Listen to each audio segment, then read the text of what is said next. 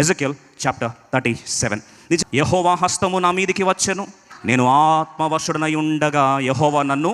ప్రభు హస్తం అట యెహెజ్కేలు దగ్గరకు వచ్చింది.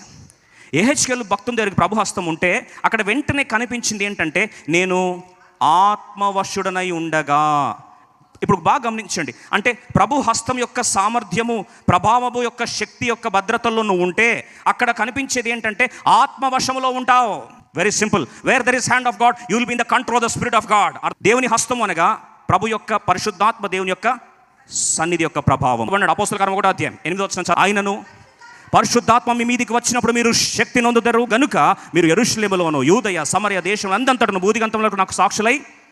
ఆయనను పరిశుద్ధాత్మ మీ మీదికి వచ్చినప్పుడు మీరేమవుతారు? శక్తి నొందుతారు. ఒక నిస్సహాయుడై పారిపోతున్న పేతురులో పరిశుద్ధాత్మ దేవుడు నింపబడినప్పుడు ఒక్కడ లేచినప్పుడు ప్రసంగిస్తే 3000 తర్వాత 5000 సంఖ్య విస్తారముగా దేవుడు అనేకుల్ని తిప్పుతూ వచ్చాడు. కారణం ఏంటంటే ప్రభు హస్తము పేతురుతో ఉన్నది. అంటే ఆత్మాభిషేకంలో పేతురు ఉన్నాడు. See, when you are in the control of the Spirit of God, let me tell you this, you are experiencing the mighty hand of God. ఆత్మ దేవుని వశంలో ఉన్నావంటే దేవుని యొక్క హస్తము నీ తోడుగా ఉన్నది.